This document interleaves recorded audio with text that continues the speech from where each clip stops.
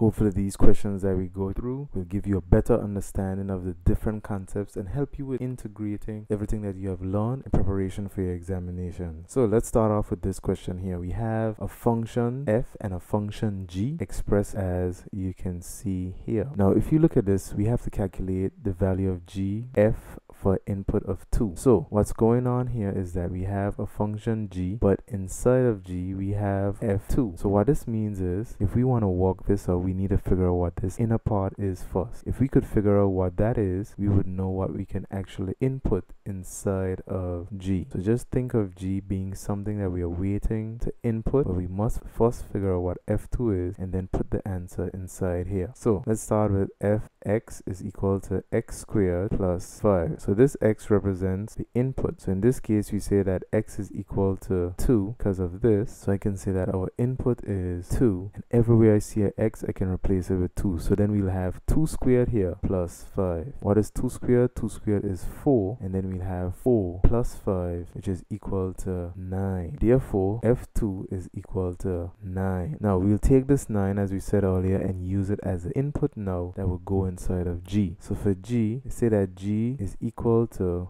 4x minus 3. Now because of this new input we have here as 9, x is equal to 9, therefore we can say that g9 is equal to 4 times 9 take away 3. Now 4 times 9 is 36. 36 take away 3 is 33. So our answer for this question here is 33. For this one we have to identify the inverse of hx. So when we are trying to find the inverse, we have to say let y equal hx. So the inverse of hx would be trying to figure out the reverse of this equation. So we always say let y equal the function, in this case hx. So therefore we can say that y is equal to 3x plus 5 over x minus 2. So now we have to make x the subject. The reason we are making x the subject is because we are trying to reverse the formula. So right here x is the input, but if we reverse it, we'll actually make x the output and be on this side by itself. What we will do is we put y over 1, and now we can cross multiply. So therefore we'll multiply the y to this bottom part, and then we'll multiply 3x plus 1 to this bottom part. So we'll say y multiplied by x minus 2 is equal to 3x plus 5 multiplied by 1. So essentially we multiply this out and we'll have y times x then y times minus 2. So we'll end up with xy minus 2y is equal to, now if we multiply 1 to all of this, we'll end up with 3x plus 5. Now my objective is to get all the x's on one side. If we can get all the x's on one side, then we can make x the subject. So the first x that I want to get rid of here is this 3x here. So 3x, I would minus 3x from both sides. So then I'll end up with xy minus 3x minus 2y is equal to 5. So if you look at this here now, I also have a 2y on this side. So to get y on the other side, I just have to add it to both sides. So then it's gonna cancel this one here in particular. So then we end up with xy minus 3x equal to 5 plus 2y. Now we have all the x's on one side. The only thing left to do is to turn this into 1x, and the only way to do that is if we factorize. So if I factorize the common factor between these two expressions, as you can clearly see, it's x. So I can have x on the outside, and then inside I'll have y minus 3. So then now to get x by itself, I can divide both sides by y minus 3. Once we do that, we'll be left with x is equal to 5 plus 2y over y minus 3. This equation here represents the inverse of this function here. To clean this up a bit, now we can say that f inverse is equal to this here, but we need to change back this y to be represented by x. So therefore our final inverse would be 5 plus 2x over x minus 3 when x is not equal to 3. Now why did I say when x is not equal to 3? If I was to replace x with 3 as an input, I would have 5 plus 2 times 3 over 3 minus 3. So this will give me 5 plus 2 times 3, which is 6. So 6 plus 5 is 11. So we'll have 11 over 0. Now anytime you're dividing a number by 0, you will get an error in the calculator. So because of that, we cannot use a value of x being equal to 3. So this is why in this situation, this is the answer. But when x is not equal to 3, and remember,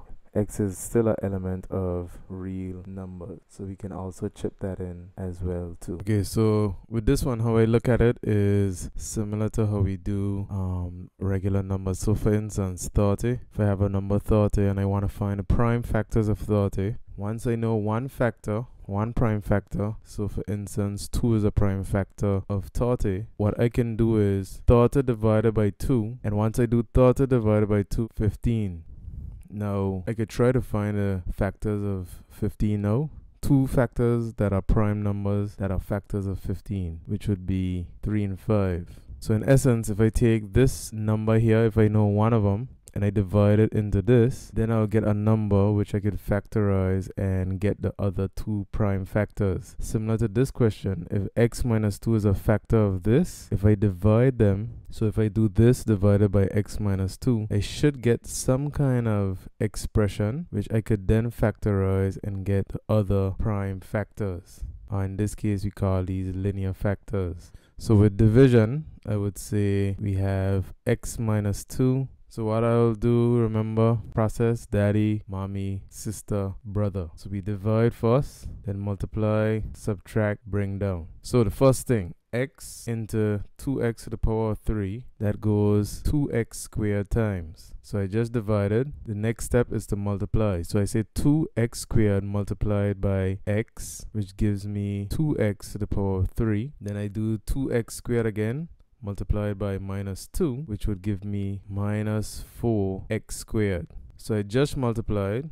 Now I need to subtract. So I always put these brackets here to help me out with the subtraction. So when I say this first one, 2x cubed subtracted by 2x cubed, that will give me 0. And then minus 5x squared, take away minus 4x squared, so that's minus 5x squared, take away minus 4x squared. We'll end up with this turning into a plus, so I'll have minus 5x squared plus 4x squared, which gives me minus x squared. So right here we would have minus x squared. So I just subtracted, so it's time for me to bring down. So what I'll bring down in this case is the plus x.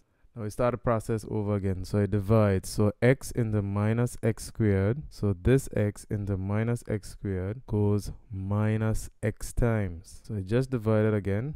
Now it's time to multiply. So minus x times x is minus x squared. And then we say minus x multiplied by minus 2. A negative and a negative is a positive. So we have plus 2x. So we just multiplied. Now it's time to subtract. So when I subtract these here, again like we did earlier, this minus x squared minus x squared, this is going to turn to a plus. So we'll end up with minus x squared plus x squared, which is basically 0. Then we'll have left x minus positive 2x. So x minus positive 2x give me minus x. So I just subtracted. Now it's time to bring down. So I can bring down the plus 2. So now back to division again. So x into minus x goes minus 1 times. And minus 1 times x is minus x. We just finished dividing. Now we have to multiply again. So minus x times x is minus x. Then minus 1 times x is minus x. And minus 1 times minus 2 is positive 2. So now when I subtract these now, minus x take away negative x will be 0. And 2 take away positive 2 will also be 0. So as you can see here, I don't have any remainders, which means that we have a factor. So 2x squared minus x minus 1 is a factor similar to what we did earlier with the 30 and the 20. And just to mention as well too, we finished these steps as well too. So we subtracted, but we don't bring down in this case because there's nothing else to bring down. But just like how we did the 30, so we did the 30 first, we had one factor which was 2. When we divided 30 by 2, we ended up with 15. So this expression here is like our 15, which we now have to split or factorize in order to figure out what the other two base factors are. Okay, so now we have that one factor. We know x minus 1, x minus 2 is a factor. We just proved that. And now I'm going to have to factorize this here. So 2x squared minus x minus 1. Now, this is a quadratic equation. And remember, quadratics usually take the form ax squared plus bx plus c. So the a represents the coefficient of the x squared. So in this case, the coefficient for a is 2. The one for b is represented by the one next to the x, which is -1. So then in this case, that's b. And then the one that is just a constant is represented by c. So based on this, we could say that a is equal to 2, b is equal to -1, because technically there will be a -1 here. And then c is equal to -1 as well. So we use the AC method where we multiply a by c to help us with factorizing. So a times c would be 2 times -1, which gives us -2. So what we need to figure out is two numbers, when they multiply to each other, they give us -2, and they are factors of -2. But when we add them together, they give us -1. So -2 and 1, nice. So -2 and 1. When we multiply -2 and 1, we're going to get -2. But when we add them together, we get -1. So we know for sure it's that one. So then we could use that into these coefficients to factorize. So now we could split this original equation using this knowledge. So we could have 2x squared. Now I'm going to split the -x into two things. I'm going to split it into -2x plus 1x, which would basically be -x. It's coming from this here. So I'll have -2x for this part here plus quote-unquote 1x, which is for this part here, and then we have -1, which is the ending part over here. So basically, when we do this method here, it's just to split the -x into the b component into two different expressions, so we would be able to factorize. So for instance, now if we're trying to factorize in parts, this first one, the highest common factor for both of these would be 2 as well as x, because we have a 2 here for the numbers, that is the highest common factor, and for the letters x squared and x, the highest common factor is x. So we say 2x open bracket x minus 1. And then here now, the highest common factor for 1 and -1, basically we're going to have to use 1, and we have open brackets x minus 1. So as you can see now, two of these here are the common factors between these expressions here. So we would have outside x minus 1 coming from these two here. And if you think about it as what is left, we would technically have left back 2x plus 1. So we have 2x plus 1. So I just factorized this expression here, the 2x squared minus x minus 1, and I got x minus 1, 2x plus 1. So the question said though to factorize completely this entire expression. So back to the analogy we was using earlier with the 30. So if we had a 30, we split it, we had 2 first, then we split that to 15, and it gave us 3 and 5. Once we put these three numbers together, we basically factorize to find the prime factor. So it would be basically 2 times 3 times 5. So 2 times 3 gives us 6. 6 times 5 gives us 30. Likewise for this one, they gave us the x minus 2. So we have to put that back here now.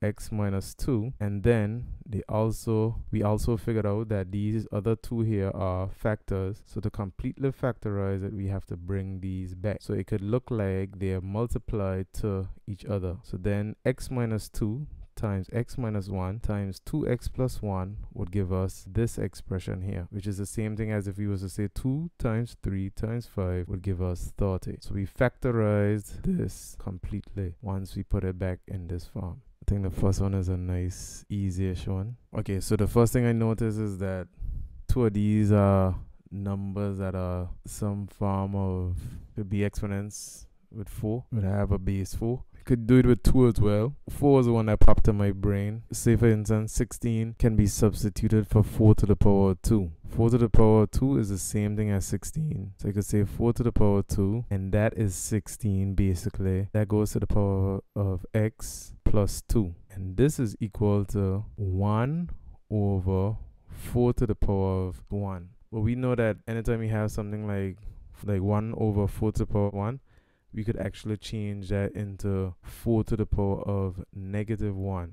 both of these mean the same thing. 1 over 4 is the same as 4 to the power of -1. So then now I could multiply these out. So 2 times x and then 2 times 2. So then we'll end up with 4 to the power of 2x plus 4. Now if you look at both of these, I could log 4 each of these ones. So if I put log 4 to each of this, it would cancel the base 4. So log 4 cancel this. Log 4 would also cancel this and basically give us 1. And we would be left with 2x plus 4 is equal to -1. Now to get x by itself, we have a plus 4 here. So to get rid of the plus 4, we do -4 on both sides. So we'll end up with 2x is equal to -1 take away 4, which is basically -5, right? So then 2x is equal to -5. Now the next thing we have to do is basically solve for x. So if we have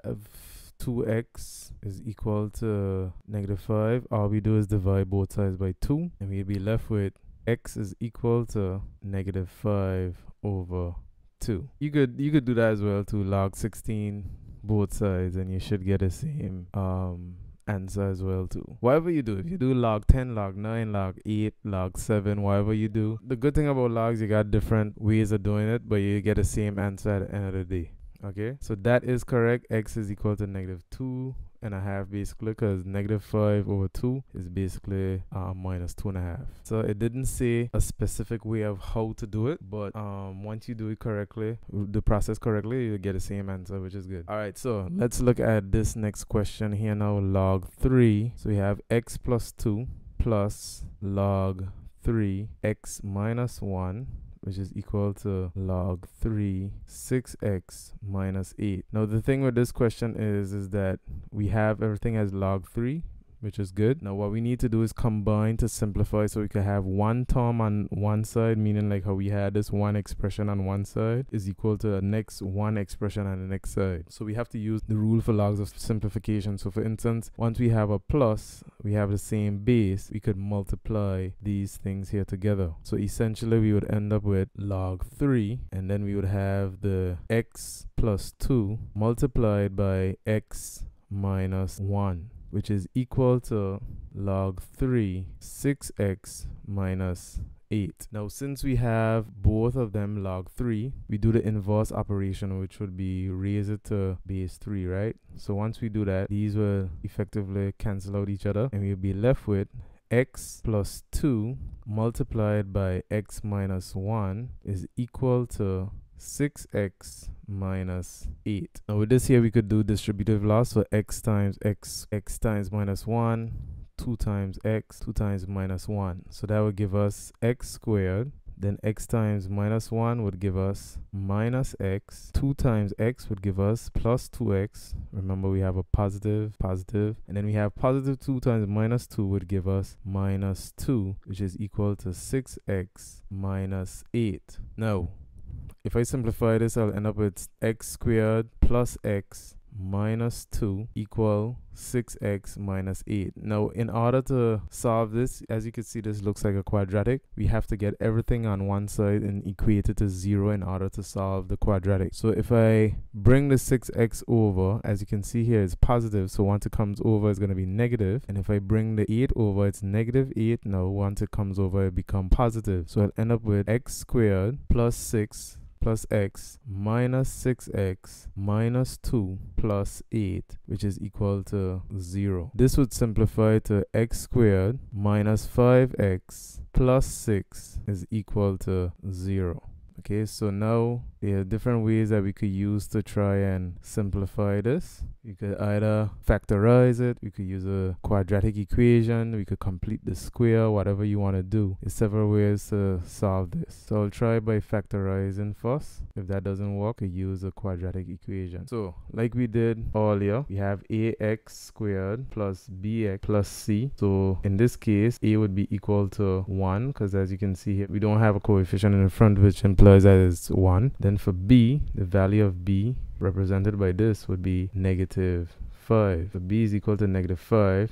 and c is equal to positive 6. Now we multiply a and c together, so a times c, which is equal to 1 times 6, which is 6. Positive 6. Now two numbers, when we multiply it together, gives us positive 6, but when we add them, they give us negative 5. That would be negative 3 and negative 2. Negative 3 times negative 2 is positive 6. Negative 3 plus negative 2 is negative 5. So I could split this minus 5x with negative 3x and negative 2x. So I'll be left with x squared minus 3x minus 2x plus 6 is equal to 0. So in this case, if I try to factorize these two here and then these two, this is what I'll end up with. I'll have x on the outside, open bracket, x minus 3, and then I'll have minus 2, open bracket, x minus 3.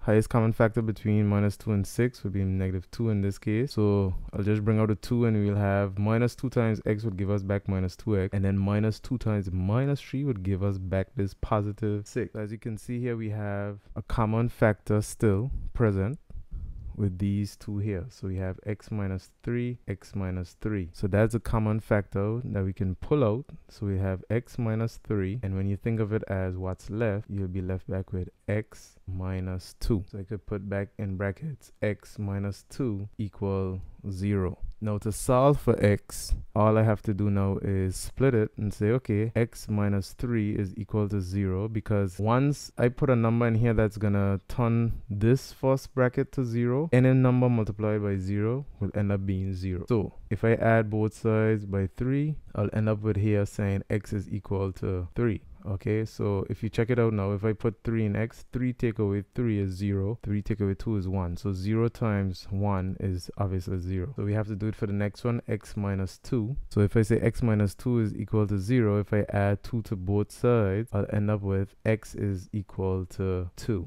So for this one, I could have x is either equal to 3 or x is equal to 2. But remember, when it comes to logs, we need to make sure that when we use these two values, it would not turn any answer inside here to a number that's negative, okay, a number that's less than 0. Otherwise, that would be invalid. So in this case, x equals 3. So for this one, if I had 3 plus 2 would be positive 5, which is good. So I know 3 is good for this one. Now with this one, 3 take away 1 is 2. That's still positive. It's not negative, so that's good. For this one, x times 3 would be 18, and 18 minus 8 would be 10, so that would be good. So we know for sure that x equals 3 can work. So that's one of our answers. So now we have to try it for 2. So with 2 now, 2 plus 2 is 4. So 4 is positive. We know that works. So now we have to try it again with this one. So 2 take away 1 is 1.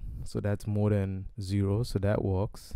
Now for this one, 6 times 2 would give us 12. 12 take away 8 is 4. So we know it works for this one as well. So therefore, we could say that x is equal to 2 can also work in this equation. So therefore, for this question, our answers would be x is equal to 3, or we could have x is equal to 2. All right, so let's go through this one here. So in essence, what this wants us to do is to complete the square, So as we know, whenever we are dealing with completing the square, we look at this part here first, and we make sure we get the x squared by itself. So we put the 3 outside, for instance, open brackets, x squared minus, so what's going to be here is almost as if we did 9 over 3, which is essentially 3. So basically what we want to do here is once we multiply this back, we could get this back. So 3 times x squared is 3x squared. 3 times minus 3x, we get minus 9x. We're not factorizing the variables, we're just factorizing the number. So we could get x squared here in essence by itself. So then we could complete the square.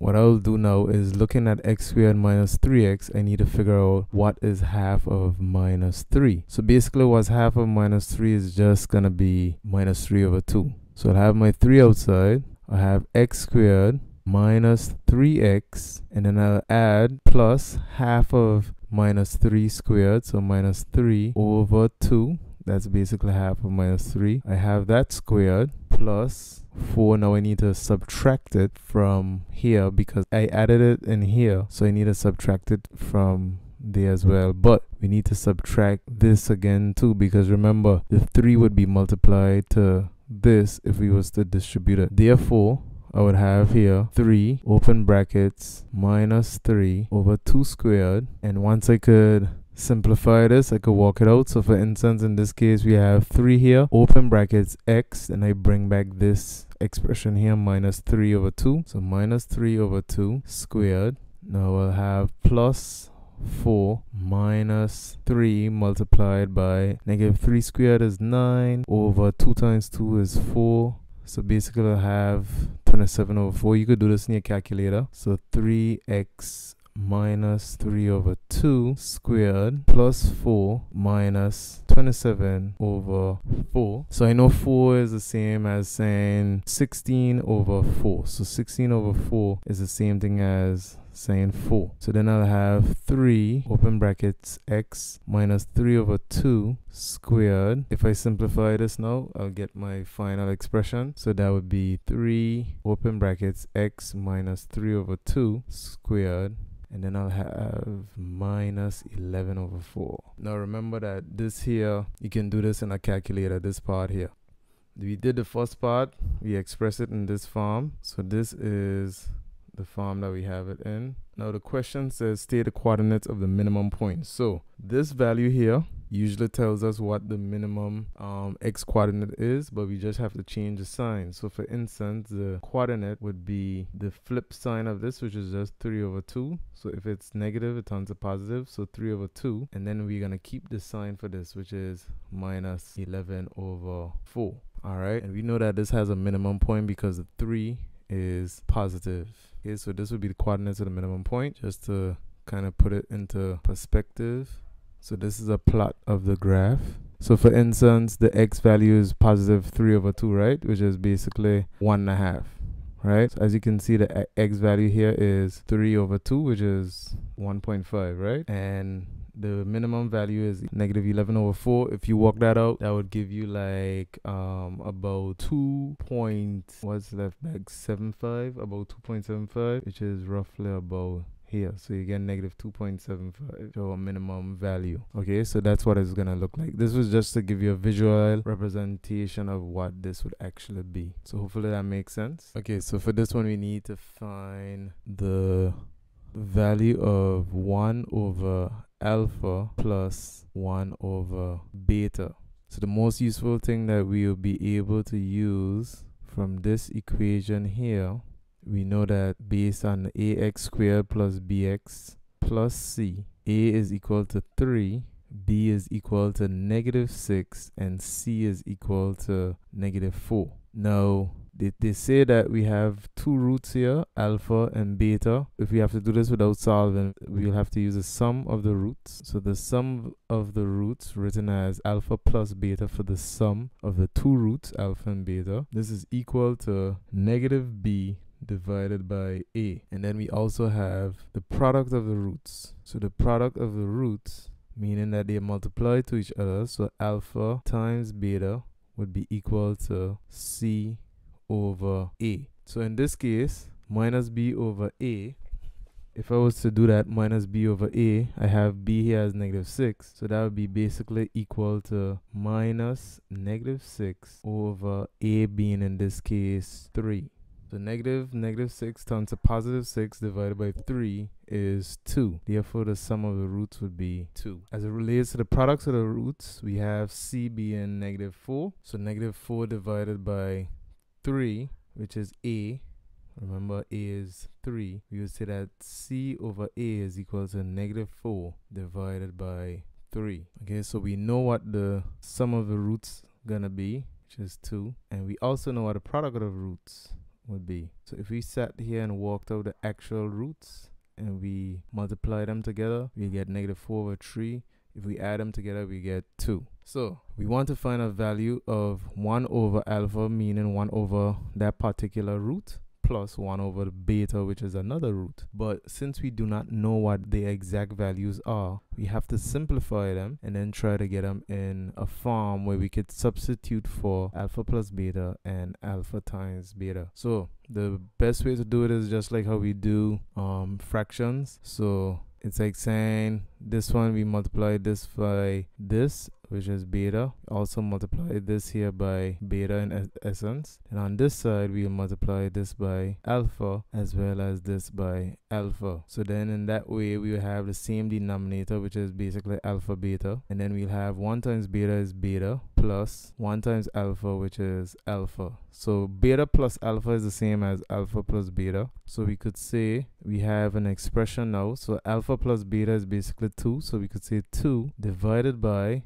alpha times beta, which is negative 4 over 3. So if I was to write this properly now, I could have 2 divided by negative 4 over 3. Now I could put this as a fraction. 2 as a fraction is 2 over 1, and that's going to be divided by negative 4 over 3. Now, when we are trying to figure out fractions when we have division, we keep the 2 over 1. So it's going to be 2 over 1. We change the division sign to a multiplication sign, and then we flip this, find the reciprocal of it, which would be 3 over negative 4. So then we could work this out. So 2 times 3 is 6 over 1 times negative 4, which is negative 4. Okay, so that would be our answer to this question. Did y'all get that? Determine the coordinates of the points of intersection of the curve. So this is a curve here. We have this here is going to be a quadratic, and this one here is a straight line. So in order to solve this, we need to make something the subject of formula and then substitute. Now the easiest one to do would be make y the subject. So if you look here, we have y here, and you see you also have y here. Now because I have both of them having y alone, I'll just equate both of them to y and then just equate the equation together. So in this case, to get y positive, I would say we have 2x squared, and if I add y to both sides, I'll end up with this equal y. This is my first one. So then for this one here now, to get y by itself, I have to subtract minus 11x from both sides. So then I'll end up with y is equal to 4 minus 11x. Essentially y equal y. Once they intersect, they have a point where both of them will share similar values of y. So in this case, if we have a quadratic, more than likely it's touching it twice, or I could even touch it once. Whatever the case is, we would expect that the corresponding y values and x values would be the same. So if y is equal to y, I could say that 2x squared plus 19 is equal to 4 minus 11x. Now in order to solve this, as you can see, this is a quadratic because of the x squared. We need to put everything on one side and equate it to 0. So if we bring the 4 over, it's going to turn to minus 4. If we bring the 11x over, it's going to turn to positive. So then we have 2x squared plus 11x plus 19, and remember, we'll end up with minus 4, which is equal to 0. So the minus 11x turned to positive 11x, and the positive 4 turned to minus 4. Once we simplify that, we will say 2x squared plus 11x, and then 19 take away 4 is plus 15 equal 0. Now what we can do now, we can do what we was doing all the time. So we could say ax squared plus bx plus c. So in this case, a is equal to 2, b is equal to 11, and c is equal to 15. So if you multiply a by c, we will get 2 times 15, which is 30. Now two numbers that multiply by each other, that gives us 30, but once we add them together, we get 11, would be 5 and 6. So 6 times 5 is 30, but 6 plus 5 is 11. So I could replace this 11x with these two expressions. So then I'll have 2x squared plus 6x plus 5x plus 15 equal 0. So if I factorize this, I'll end up with 2x, and outside open bracket x plus 3. Then I have plus 5 open brackets x plus 3 equals 0. So the highest common factor with 2x squared and 6x would be 2x. 2 for the numbers and x for the variables. Likewise over here, we have the highest common factor of 5 and 15 is 5. There's none for the variables, so we'll be left with x plus 3 inside. So if you see now, x plus 3 common factor. So then we could say x plus 3, and what's left back would be 2x plus 5. So then we have 2x plus 5 equals 0. So then now we could solve for the values of x. So x plus 3 equal 0. You would end up with x is equal to minus 3. And then we'll have 2x plus 5 equals 0. So we subtract 5 from both sides and we'll end up with 2x is equal to negative 5. We divide both sides by 2. So x is equal to negative 5 over 2. So I have two x values that I can use. Now the question is, what would be the corresponding values of y? So I'll use the easiest one to use. I'm not going to use this one because this has a square in it. Just give me unnecessary work. So we use a y here. So when x is equal to negative 3, we would have this equation. So y would be equal to 4. Take away 11 times minus 3. So that would give us y is equal to 4. Negative 11 times negative 3 would be like plus 33. So y would be equal to 37. So therefore, one of the points would be when x is negative 3, y is 37. Therefore, we would have negative 3, 37 as one coordinate. The next coordinate is when x is equal to negative 5 over 2. So we could say y is equal to 4 minus 11 times negative 5 over 2. So then now we could say y is equal to 4, and then negative 11 times negative 5 will give us plus 55 divided by 2. So if I simplify it, I have 4 as a fraction to represent 2 would be 8 over 2. So 8 divided by 2 is 4, so I know that's correct. And then 55 over 2. So 8 plus 55 is 63 over 2. Remember, you could put this in your calculator, right? I'm just doing this because I don't have one on me. So our coordinate would be x is negative 5 over 2, negative 2.5, which would give us a value of y for 63 over 2, which would be like 31.5. So these would be your two coordinates that give us what we're looking for. So this as well as this. So if we had a graph here, the quadratic graph, which would be this one here, we're saying that it intersects with this line here somewhere right there. So here would be like negative 5 over 2, 63 over 2 or something, and then up here would be negative 3, 37. So they intersect at two different points. This one, it says an employee of a company is offered an annual starting salary of 36,000, which increases by 2,400 per annum. So per annum just means per year. It says determine the annual salary that the employee should receive in the 9th year. So we know what is our starting amount. So the first one is going to be 36,000. Now, if it's increasing by the same amount each year, we know that this is an arithmetic progression. Now we have an arithmetic sequence going on right here. So we know what our first term is, and we also know the common difference. So the common difference is equal to 2,400. So you got a few ways you could work this out. You could work this out using the formula. So we know that for the general, we usually have an is equal to a1 plus n minus 1 multiplied by d. So in this case, n is a time in years, which is a 9th year. So n is supposed to be 9. We know what the common difference is. We also know what the first term is. So if we wanted to figure out for the 9th term in the 9th year, we could use this expression. Now notice they didn't say the amount of money he would make after 9 years, which would have been the sum. But in this case, they just want the 9th value, how much he would make in the 9th year. So the first thing you say is 36,000 plus 9 take away 1 multiplied by 2,400. So then we have 36,000 plus 8 multiplied by 2,400. So if we work that out, we'll be able to figure out what it is that this person was able to make. So we'll have 36,000 plus 19,200. So then we'll end up with 55,200. So that'll be our final answer. Likewise too, I know that, you know, if you really think about it, it's kind of something you could do straightforward as well too. You say, okay, if he get this in his first year, 36,000, that is year 1. So then year 2, you could say is gonna be add 2,400 to this. Yeah, and if you keep doing this over and over and over up until the 9th year, you would end up with this answer here, which would be 55,200. So whichever way you did it, once you get an answer, that's good. So in order to work this out, we need to basically get the circle in the form like this.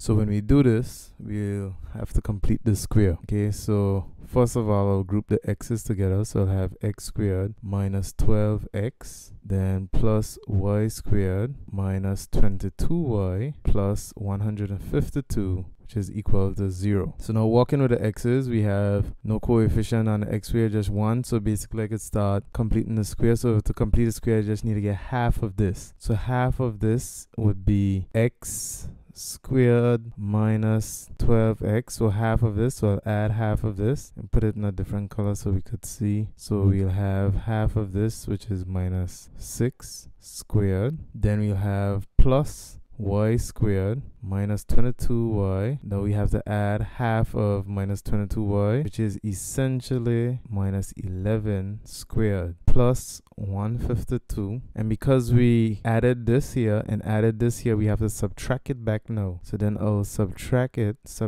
negative 6 squared as well as subtract negative 11 squared. Essentially these would be, we would neutralize each other, and that would be equal to 0. So if I simplify this now, I'll get x. This here will factorize basically to x minus 6 squared plus y minus 11 squared.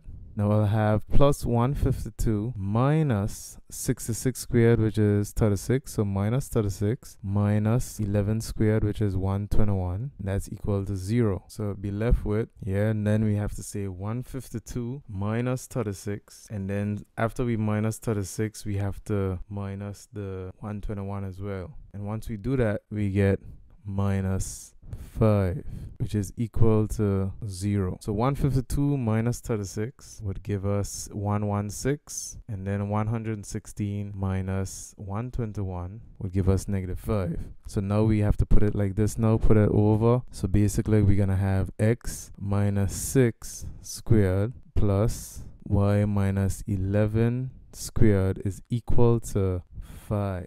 Okay, so now that we did that, we could determine the coordinates of the center of the circle. So the center of the circle, that would be equal to, we just flip the signs of this. So if this is minus 6, it would turn to positive 6. And since this is minus 11, it would turn to basically positive 11.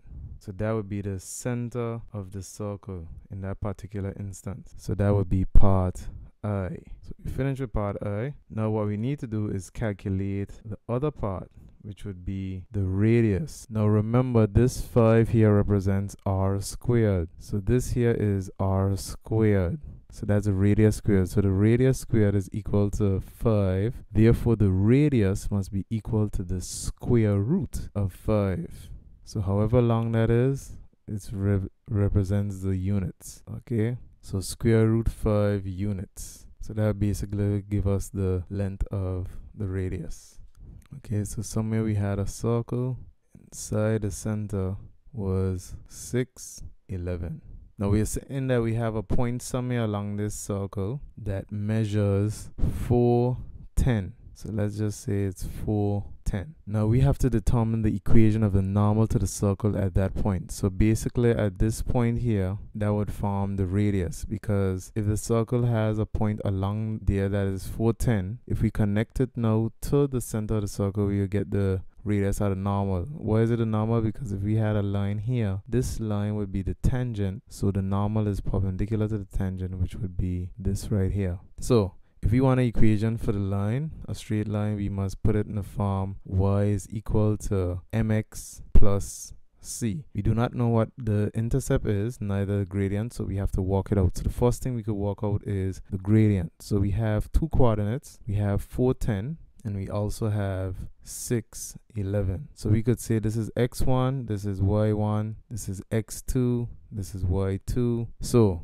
gradient is usually calculated like this: y2 minus y1 over x2 minus x1. So essentially our gradient here would be y2, which is 11. So 11 take away 10. Okay, this is a 10 even though it looks like something else, over x2, which is 6, take away 4. So we'll be left with a gradient of 1 over 2. So our gradient is equal to 1 over 2. Now that we have the gradient, we could take any one of those points after we substitute m for a half, and we could use those coordinates to help us get c. I'll use 4, 10. So 4 and 10, that means x would be equal to 4 and y is equal to 10. So if I substitute now, I could replace this y here with 10 is equal to half multiplied by x, which is 4 plus c. So 10 is equal to half of 4, which is 2, because we could say 1 times 4 is 4. 4 divided by 2 is 2 plus c. So then now if I try to get c by itself, I'll end up subtracting both sides by 2. So I'll have 10 minus 2 equals c. Therefore, c is equal to 8. So I have the important things now. I have the gradient and the y-intercept. So therefore, I could say that my equation is equal to half x plus 8. So this would be the answer to the equation of the normal to the circle at the point 4, 10. Now here we have a vector going from A to B. So for the purpose of this video, I'll add on some grid lines so we can actually try to plot this and see what it looks like. Alright, so say we have OA. Now another way of looking at these here are like coordinates. So if I have OA equal to 3i minus 2j, think of I as representing a unit vector along the x-axis. So in essence, I'm going to look at 3 almost being like an x value and minus 2 almost being like a y value. And not that this is what they are, but in the sense of if I was to plot it, I would have a coordinate that would show me 3, negative 2 on the I and j plane. Just looking at it, that 3 represents the x coordinate and y represents the minus 2 coordinate. So if OB is 5i minus 7j, if we apply the same concept, it would be like we're having x here and y here. So the coordinate for that would almost be like 5, negative 7. So let's draw a quick little graph so you can see what this looks like, and then we'll try to understand what AB means. So I just want to state here that this point that you see here is very important. This coordinate represents 0, 0. So what is 0, 0? 0, 0 is the origin. And why is that important? We said that A and B relative to the origin are OA and OB because they're position vectors. Position vectors meaning they are coming from their origin. So if we're going to use this concept, we can find what 3, negative 2 is. And if you look at it, 3 is here, negative 2 intersects with right here. So this right here would be 3, negative 2. Now the next one is going to be OB. So we know that here is A and over here is O. Now the next thing we want to get is B. So B is basically 5, negative 7 away from the origin. So 5 here is here and it would intersect with negative 7 down here. Now all this vector tells us is that it moves 3 in the x direction, then 2 down. This also means it moves 5 right in the x direction from O and then goes minus 7, minus in the case that we're going down in this case. So here is B.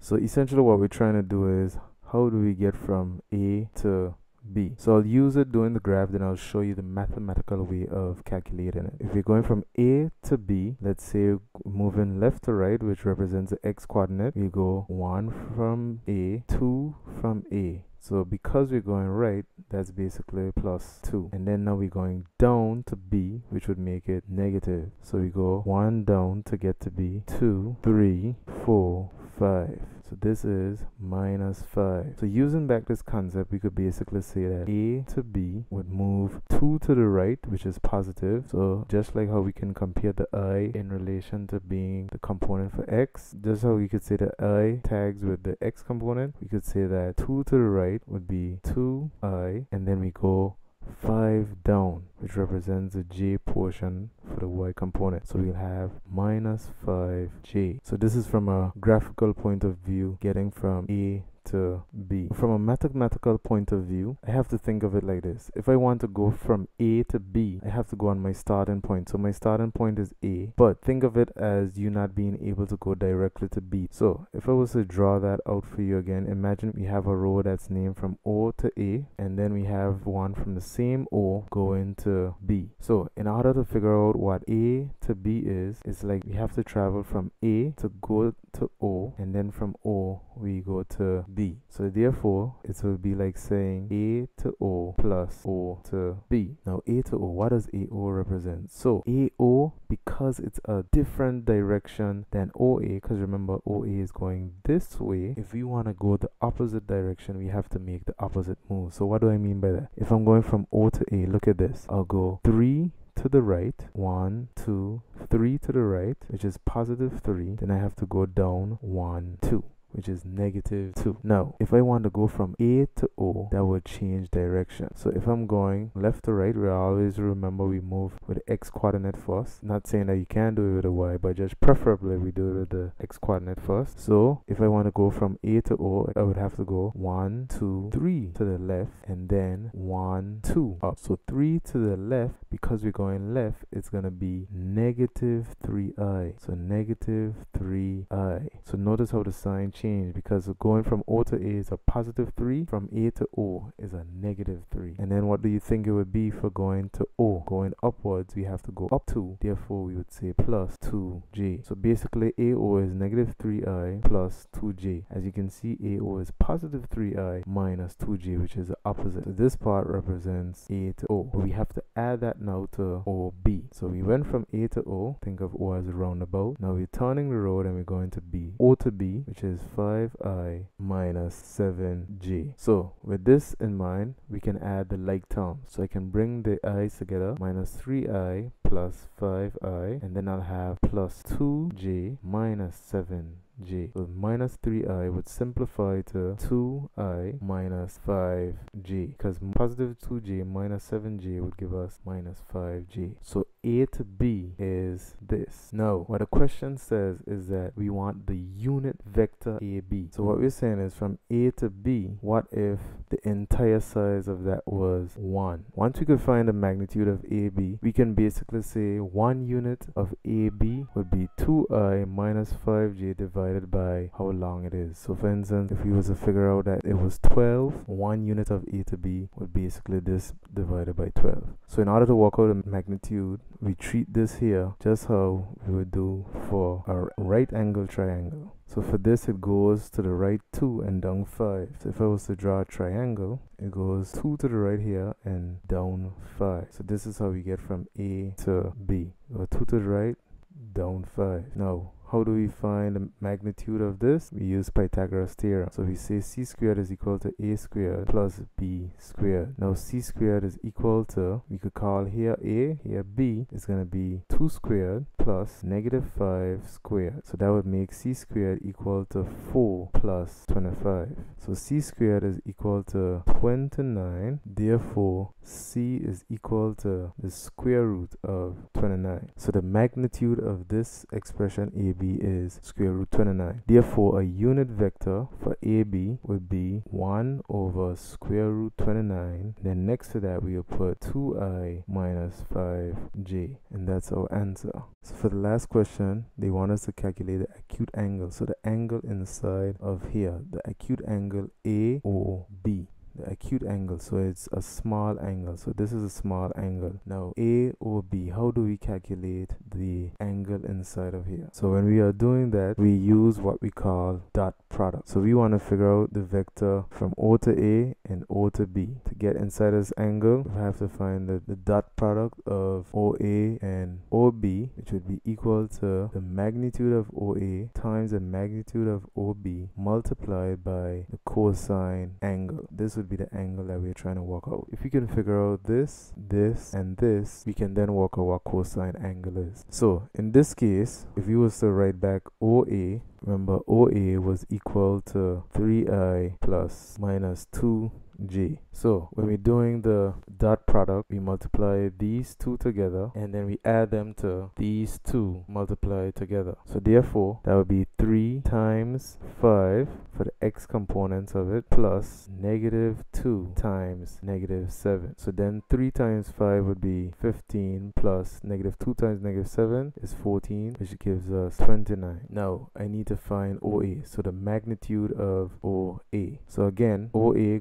is is 3 to the right and 2 down. We'll do the same concept like we did over here to find that magnitude. So we'll end up with c squared. I'll call this part a and here b. So I'll end up with c squared is equal to a squared plus b squared. In this case, we would have 3 squared plus negative 2 squared. So c squared is equal to 9 plus 4, which is equal to 13. Therefore, for OA, the magnitude of OA is actually equal to the square root of 13. Since c is equal to the square root of 13, this would be the square root of 13. So we have this and this. Now we need to figure out OB. So OB, we go 5 to the right, then 7 down. So it's like we just trying to get a rough idea of what this entails. So this here is from O to B. So to find the magnitude of that, we have 5 to the right minus 7 down. We use the same concept, Pythagoras theorem. I'll call this one A again, call this B. So 5 squared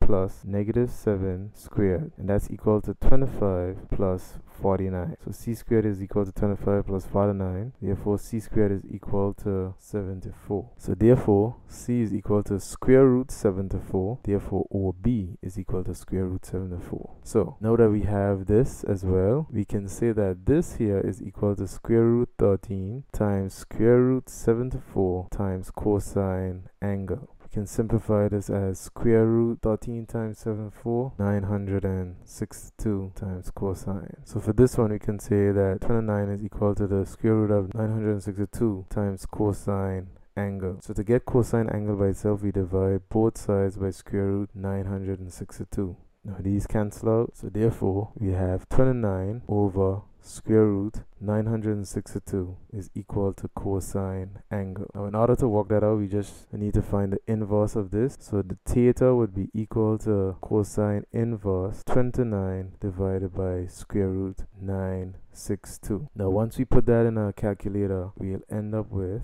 20.77 degrees, but for this they told us that they want us to do approximately 1 decimal place. So bearing that in mind, that means that our angle would be equal to 20.8 degrees. So the angle inside here is 20.8 degrees.